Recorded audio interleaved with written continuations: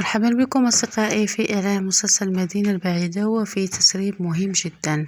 مجموعة من الناس أو المعجبين يظنون أن هاليس هو والد عليا، وذلك بسبب فلاش باك فكرية وبسبب العلاقة التي كانت تربطه مع أم عليا.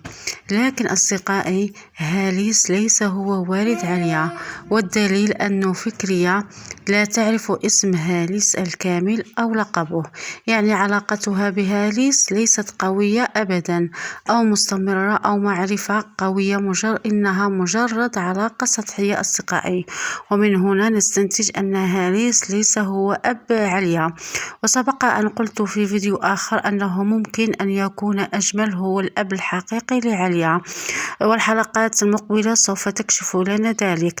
أما بالنسبة لحمل مينا فإنها ستخبر جيهان، لكن جيهان لن يصدقها منذ البداية، وعليا هي التي سوف تكتشف بأن مينا عملت النطف من أجل أن تلصق الولد في جيهان وتتزوج به، وفعلت ذلك بمساعدة صديقها جينيد في نفس المستشفى الذي تشتغل به.